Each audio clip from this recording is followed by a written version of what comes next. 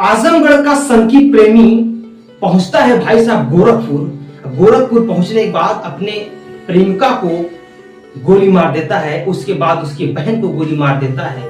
और जब ये दोनों को गोली मारने के बाद भाई साहब अपने आप को भी गोली मार देता है, तो पूरा माहौल गोरखपुर में गमगमा जाता है। पूरा एकदम से खबरें जो है कि चलने लगती हैं, पूरा एकदम सन्नाटा छा जाता है कि इस प्रकार से कैसे हो गया। एक आजमगढ़ के लड़का जो कि डिस्ट्रिक्ट से में कम से कम 100 किलोमीटर का दूरी का अंतर है, क्या दुश्मनी रही, क्या बात थी कि इस प्रकार के घटना को अंजाम दिया कि खुद को भी गोली मार दिया और उसकी दो बहनों को भी गोली मार दिया।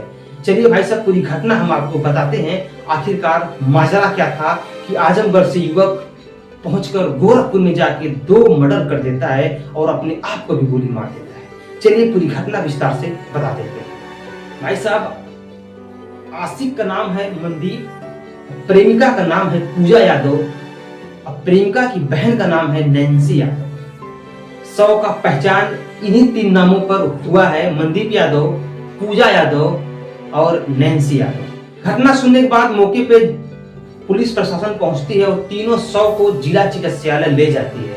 वहां पर भाई साहब ले जाने के बाद, लेकिन भाई साहब जिला चिकित्सालय ले जाने के बाद वहां पर डॉक्टरों ने जब देखा कि घटना बहुत ज्यादा गंभीर है, तो उन तीनों लोगों को पीआरडी मेडिकल कॉलेज रेफर कर देती है। घटना भाई साहब एक कैंट इलाके सिविल लाइन क्षेत्र की बताई जा रही है।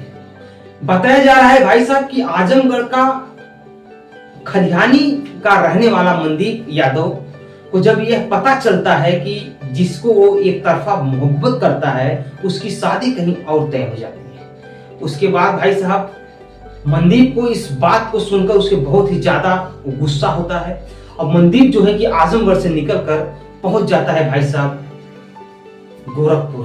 गोरखपुर पहुंचने के बाद भाई साहब शुक्रवार का दिन होता है, दोपहर 1 बजे पहुंचता है पूजा यादव के घर में पूजा यादव से मिलता है और उसको बोलता है कि शादी तुम मुझसे ही करो, तुम कहीं और मत करो।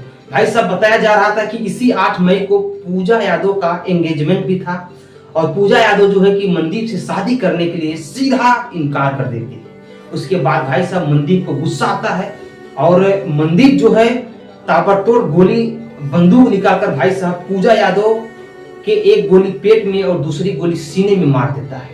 उसके बाद भाई साहब नैन्सी बहन जो होती है वो बीच बचाव के लिए आती है और मनदीप यादव क्रोध में नैन्सी को भी गोली मार देता है। उसके बाद गोली मारने के बाद जब बाहर निकलता है चौखट पे, तो उसको ऐसा क्या लगता है कि भाई साहब वो अपने आप को भी गोली मार देता है। इस घटनाक्रम की जब गोलियों की आवाज सुनती है उसकी माँ पूजा यादव की माँ, तो वो भागे भागे आती है, देखती है कि उसके घर में 3 लोग घायल पड़े हुए हैं जो कि एकदम से अचेत हो चुकी है। उसके बाद भाई साहब वो चिल्लाती है, गांव के आसपास लोग पहुंचते हैं। पहुंचने के बाद भाई साहब पूरा कोहराम मच जाता है उस गांव में। उसके बाद लोगों ने प्रशासन को फोन करते हैं और प्रशासन मौके पे पहुंचती है और फिर प्रशासन आगे की कार्रवाई शुरू कर देती है। आगे की कार्रवाई हम आपको पहले ही बता चुके हैं कि जिला चिकित्सालय ले जाते हैं, वहां पर हालत गंभीर होने के कारण पीआरडी मेडिकल कॉलेज के लिए रेफर कर दिया जाता है।